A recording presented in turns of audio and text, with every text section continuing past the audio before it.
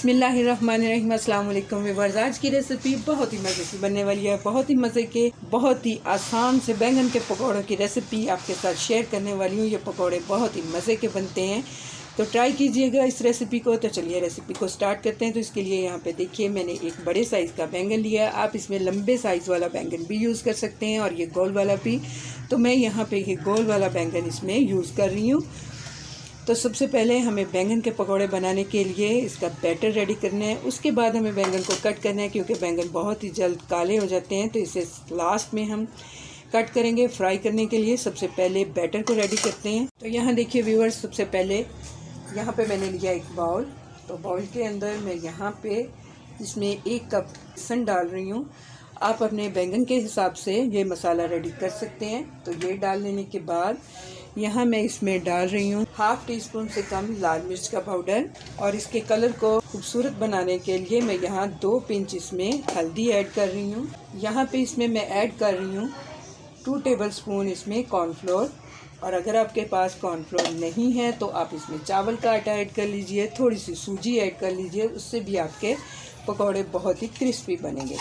तो यहाँ पे मैं इसमें 1/2 टीस्पून ही साबुत ज़ीरा ऐड कर रही हूँ। आप चाहें तो आप इसमें ज़ीरा पाउडर भी यूज़ कर सकते हैं। 1/2 टीस्पून ही इसमें मैं ये चिली फ्लेक्स डाल रही हूँ। तो यहाँ मैं अकॉर्डिंग टू टेस्ट इसमें नमक ऐड कर रही हूँ। आप अपने टेस्ट के मुताबिक इसमें नमक डाल लीजिए। सिंपल से स्पाइस हमने ऐड किए हैं, इसी से आपके बैंगन के पकौड़े बहुत ही मज़े के बनेंगे। तो यहाँ मैं इसमें कटा हुआ धनिया डाल दूँगी। तो यहाँ हमें बैटर को रेडी करने के लिए इसमें थोड़ा थोड़ा करके पानी ऐड करना है और इसे अच्छी तरह से हमें मिक्स कर लेना है। थोड़ा सा पानी इसमें और ऐड करेंगे। बहुत ज़्यादा पतला बैटर नहीं हमें चाहिए, थोड़ा सा थिक बैटर चाहिए। थोड़ा सा पानी और डालूंगी मैं, फिर से मिक्स करेंगे। तो यहाँ देखिए बैटर हमारा रेडी हो चुका है। यहाँ देखिए बैटर इतना थिक होना चाहिए कि इस तरह ये फ़ौरन से न गिरे, बल्कि इस तरह ठहर ठहर के गिरे चम्मच में से। तो ये बैटर बिल्कुल बेस्ट है हमारे बैंगन के पकौड़ों को लगाने के लिए। तो इसे मैं एक साइड पे रखती हूँ। तो यहाँ देखिए व्यूअर्स, हम एक तेज़ नाइफ़ लेंगे। तेज़ नाइफ़ से ये बैंगन बहुत ही अच्छे से कटता है। तो इस तरह से हम इसके पीसेस कट कर लेंगे, बहुत ज़्यादा मोटे पीस नहीं, इसके पतले से स्लाइस हम कट करेंगे। इस तरह से आप हाथ से पकड़ के भी इस तरह से इसे कट कर सकते हैं, जिस तरह से आपको इजी लगे। तो इसके पीसेस कट कर लीजिए। तो यहाँ देखिए बैंगन के पीसेस बहुत ही अच्छे से हमारे कट हो चुके हैं। तो चलिए अब हम इन्हें फ्राई कर लेते हैं। तो यहाँ देखिए व्यूअर्स, ऑयल मैंने रख दिया है गर्म होने के लिए। तो मैं यहाँ सरसों का तेल यूज़ कर रही हूँ इनको फ्राई करने के लिए।